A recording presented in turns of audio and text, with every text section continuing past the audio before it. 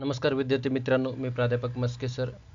माझ्या मस्के सर या चॅनलवर तुम्हा सर्वांचं स्वागत आहे. तर विद्यार्थी मित्रांनो, आजच्या आपल्या या व्हिडिओमध्ये आपण इयत्ता 6वीच्या इंग्रजी पुस्तकातली एक अतिशय महत्त्वाची आणि मजेदार ॲक्टिव्हिटी पूर्ण करणार आहोत, ज्याचं नाव आहे सेंटेन्स बोर्ड. मग या ॲक्टिव्हिटीमध्ये आपल्याला काय करायचं आहे, तर ही ॲक्टिव्हिटी पहिल्यांदा आपल्याला आपल्या टेक्स्टबुक्स पेज नंबर 22वर तुम्हाला मिळून जाईल. मग या ॲक्टिव्हिटीमध्ये आपल्याला काय करायचं आहे, तर या ॲक्टिव्हिटीमध्ये आपल्याला एका काही शब्दांच्या मदतीनं एका बॉक्समध्ये जे काही शब्द दिलेले आहेत त्या शब्दांच्या मदतीनं अर्थपूर्ण असे वाक्य पूर्ण करावायचे आहेत. म्हणजे ती ॲक्टिव्हिटी कशी असेल, using words in the neighbouring boxes try to make as many meaningful sentences as you can. But you have to remember the first letter of a sentence is always a capital letter. your sentences will end with either a full stop or a question mark. तर आपल्याला दोन प्रकारचे वाक्य या ठिकाणी करायचे आहेत. एक तर स्टेटमेंट म्हणजे विधानार्थी वाक्य करायचे आणि दुसरं क्वेश्चन किंवा प्रश्नार्थी वाक्य करायचे.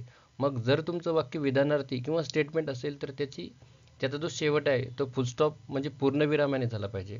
आणि जर तुम्ही प्रश्न तयार करत असाल तर त्याचा मात्र शेवट किंवा एंडिंग त्या वाक्याची एक क्वेश्चन मार्क किंवा प्रश्नार्थक चिन्हाने झाली पाहिजे. चला तर मग सुरुवात करूया आपल्या आजच्या व्हिडिओला, ज्यातून आपण भरपूर अर्थपूर्ण असे सेंटेन्सेस करणार आहोत. पण त्यापूर्वी काही महत्त्वाच्या सूचना या ठिकाणी मी तुम्हाला देणार आहे.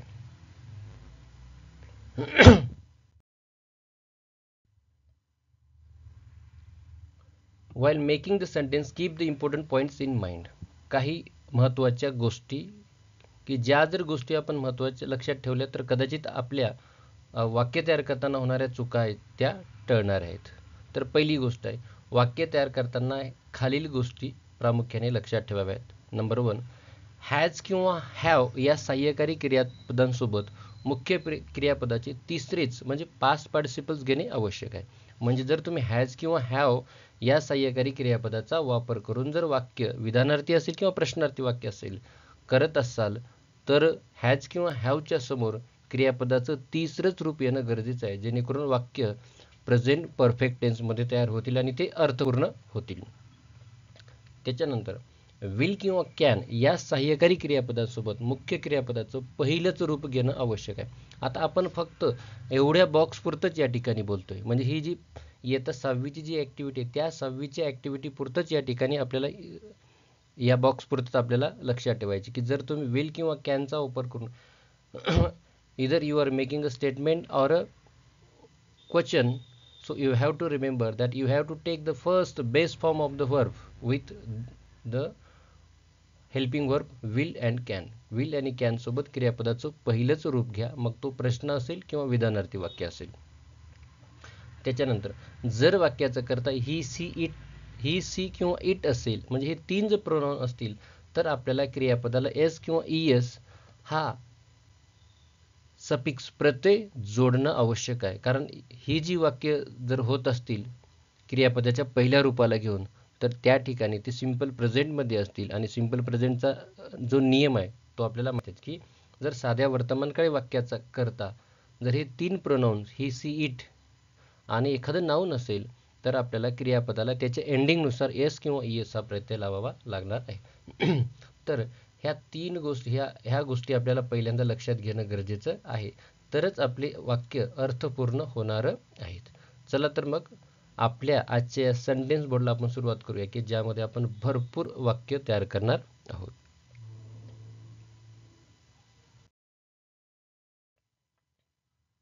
तो सेंटेन्स बोर्ड अशा प्रकारे असेल की ज्यामध्ये तुम्ही पाहू शकता हे डीड आहे, डज, डू किंवा डज म्हणजे वाक्य सिंपल प्रेझेंटमध्ये होणार आहेत. कॅन मॉडेल आहे, विलचा जर वापर केला तर ते सिंपल फ्युचरमध्ये होणार आहेत आणि हॅज किंवा हॅवचा जर वापर केला तर निश्चितच ते प्रेझेंट परफेक्टमध्ये होणार आहेत आणि डीडचा जर वापर केला तर आपण सिंपल पास्टमध्ये करणार आहोत. जर या सर्व हेल्पिंग वर्बचा वापर वाक्याच्या सुरुवातीला जर आपण केला तर या ठिकाणी वाक्य प्रश्नार्थी होणार आहेत, बरोबर. आणि त्याच्यानंतर हे जे प्रोनाउन्स आहेत आपल्याकडे they, I, it, you, he, she आणि वी, त्यानंतर इथं वेगवेगळी क्रियापदाची रूपे तुम्ही पाहू शकता. Jumped, flew, tried, wake wake हे V1 आहे, त्याच्यानंतर म्हणजे क्रियापदाचं पहिलं रूप आहे. सिंग देखील V1 आहे. रीडचे तिन्ही फॉर्म सेमच आहे, त्याच्यामुळे तुम्ही प्रेझेंट परफेक्टमध्ये सुद्धा याला वापरू शकता किंवा सिंपल प्रेझेंट किंवा सिंपल पास्टमध्ये अगदी देखील प्रश्नार्थी वाक्य तयार करण्यासाठी वापरू शकता. आणि सॉल्व त्याच्यानंतर down, away, of, hard, softly, books या ठिकाणी काही ॲडजेक्टिव्ज आहेत, काही ॲडवर्ब्स आहेत आणि काही नाउन्स आहेत. मग ह्याच टेबलचा वापर करून आपल्याला अर्थपूर्ण अशी वाक्य तयार करायची आहेत. तर मग पहिल्यांदा आपण काय करूया, स्टेटमेंट्स म्हणजे विधानार्थी वाक्य करूया आणि त्याच्यानंतर आपण प्रश्नार्थी वाक्य करूया. Here the sentence number 1. They jump down, they flew away, I flew away, it flew away, I jump down, it jump down, you jumped down, he jumped down, she jumped down, we jumped down.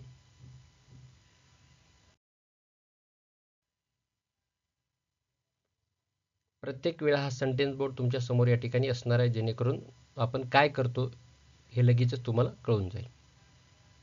They tried hard, I tried hard, it tried hard, you tried hard, he tried hard म्हणजे त्याने खूप कठोर प्रयत्न केले.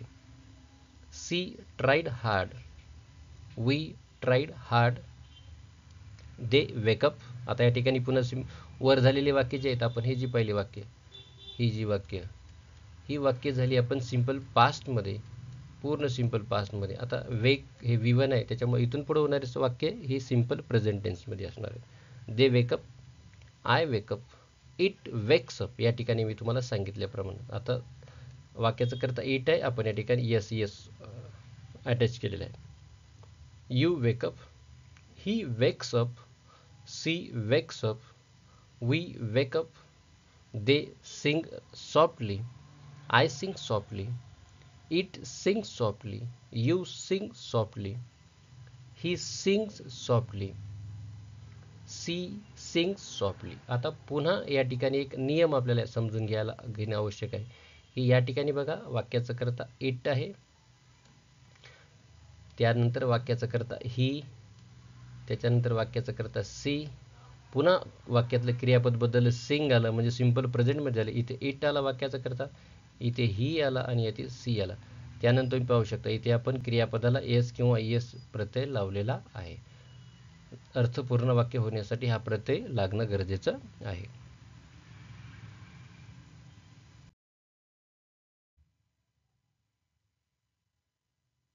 We sing softly, they read books, I read books, it reads book, you read books, he reads books, she reads books, we read books, they solve puzzles, I solved puzzles, it solved puzzles, you solved puzzles, he solved puzzles, she solved puzzles, he solved puzzles, we solved puzzles, they can read book. आता can नावाचं model auxiliary आपण घेतलेलं आहे. I can read books, it can read books, you can read books. आता बघा तुम्ही पाहू शकता कॅनच्या पुढं आपण बेस फॉर्म V1 घेतलेला आहे. असे रीडचे तिन्ही फॉर्म कसे आहेत, सेमच आहेत.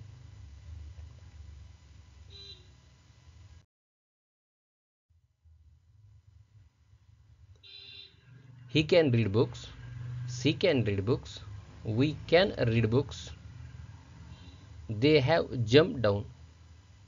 आणि पुन्हा तुम्हाला एक प्रश्न पडला असेल की मी सुरुवातीला सांगितलेलं की जर वाक्याचं करता ही, सी किंवा इट असेल तर आपल्याला क्रियापदाला यस यस लावायचं आहे. पण केव्हा, फक्त जेव्हा वाक्यामध्ये कोणतंही हेल्पिंग वर्ब नसेल तर. म्हणजे आता जर कॅनचं जर असेल तर हे वाक्य सिंपल प्रेझेंटमध्ये असणार नाही. त्यामुळे जेव्हा वाक्य तुम्ही सिंपल प्रेझेंटमध्ये करसाल तेव्हाच आपल्याला या ठिकाणी यस किंवा यस लावावं लागणारं आहे. They have jump down, I have jump down. आता प्रेझेंट परफेक्टमध्ये तुम्ही पाहू शकता या ठिकाणी. It has jump down, you have jump down, she has jumped down, she has jumped down, we have jumped down, they have solved puzzles. पुन्हा तुम्ही पाहू शकता टू हॅवची रूप हॅज, हॅव. या ठिकाणी V3 आपण वापरलेलं आहे, म्हणजे क्रियापदाचं पास्ट पार्टिसिपल म्हणजे क्रियापदाचं तिसरं रूप आपण वापरलेलं आहे. तरच वाक्य आपले अर्थपूर्ण होतील, जे प्रेझेंट परफेक्ट टेन्समध्ये होणार आहे.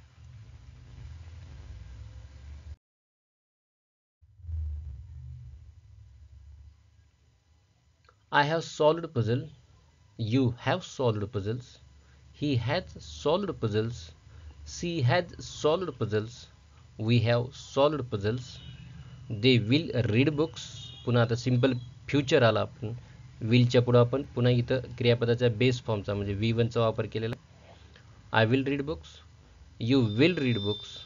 ही will read books. She will read books. अशा प्रकारे आपण एकूण 70 विधानार्थी म्हणजे स्टेटमेंट वाक्य, विधानार्थी वाक्य या ठिकाणी केलेले आहेत, की तुम्ही आणखी सुद्धा याच्यापेक्षा जास्त करू शकता. आता वळूया आपण प्रश्नांकडे.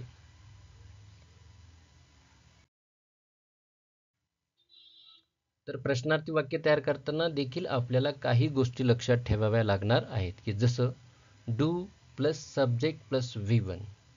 लक्षात घ्या, जर दिलेला प्रश्न डू किंवा डज घेऊन असेल म्हणजे तो सिंपल प्रेझेंटमध्ये असणार आहे. त्या सिंपल प्रेझेंटमध्ये जेव्हा कर्त्यानंतर येणारं क्रियापदाचं रूप हे बेस फॉर्ममध्ये असणार आहे, म्हणजे त्याला यस किंवा यस नसणारं आहे, हे देखील पाहू शकता. आणि त्या वाक्याची रचना कशी असणार आहे, डू डज प्लस सब्जेक्ट म्हणजे वाक्याचा कर्ता आणि V1 म्हणजे क्रियापदाचं पहिलं रूप, आणि शेवटी जे काही या ठिकाणी ऑब्जेक्ट येईल, ऑब्जेक्ट घेऊन पुढं प्रश्नचिन्ह. त्याच्यानंतर डीडमधले जे प्रश्न आहेत ते सिंपल पास्टमध्ये म्हणजे साध्या भूतकाळात तयार होणार आहेत.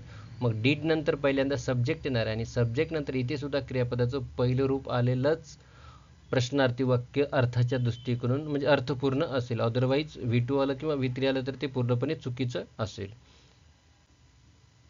Can plus yes plus V1. जर तुम्ही कॅनचं मॉडेल ॲक्झिलरी जर यूज करत असाल तर कॅन नंतर सब्जेक्ट, सब्जेक्ट नंतर इथे सुद्धा प्रश्नार्थी वाक्य तयार करताना बेस फॉर्म म्हणजे क्रियापदाचं पहिलंच रूप आलं तरच तो प्रश्न अर्थपूर्ण असेल.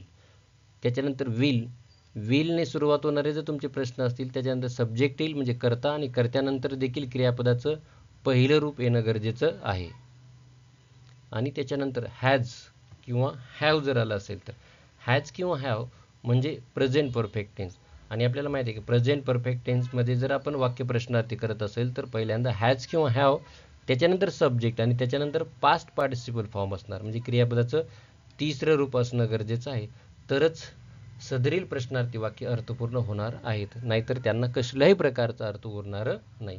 ह्या गोष्टी आपल्याला या ठिकाणी लक्षात ठेवाव्या लागणार आहेत, जेणेकरून प्रश्नार्थी वाक्य तयार करता होणारे जे चुका आहेत त्या चुका तुमच्या होणार नाहीत. चला तर मग जाऊया आता काही प्रश्नार्थी वाक्याकडे. या ठिकाणी आपण 50 प्रश्नार्थी वाक्य तयार करणार आहोत.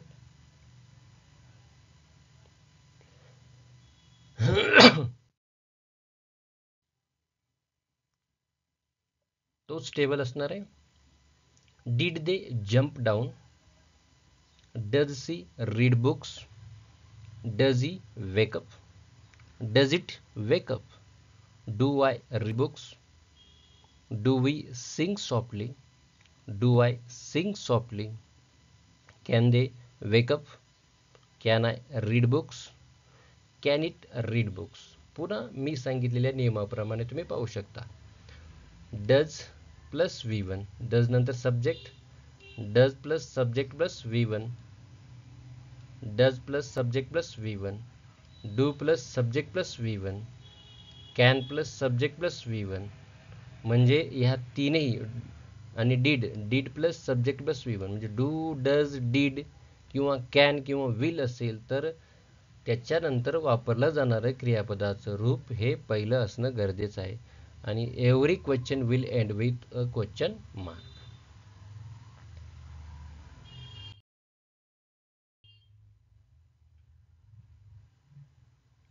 Can you wake up, can he read books, can she sing softly, can we wake up, can we sing softly, will they read books, will I read books, will it wake up, will you sing softly, will he wake up.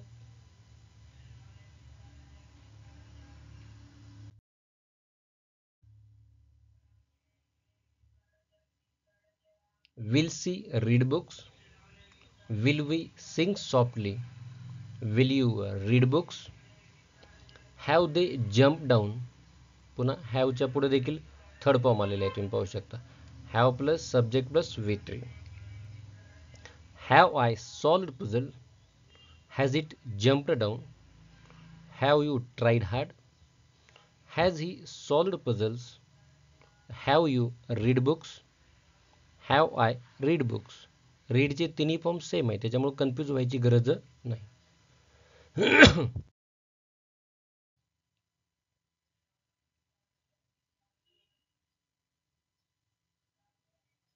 Does he sing softly? Does she read books? Do I wake up? Do we read books? Do you sing softly? Do they read books? Do I sing softly? Do we sing softly? Does she sing softly? Does he wake up?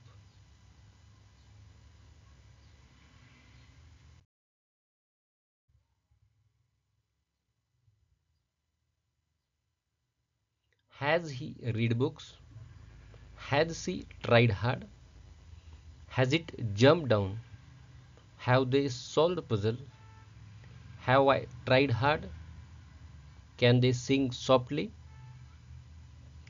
Will I sing softly? Will we sing softly? Can you sing softly?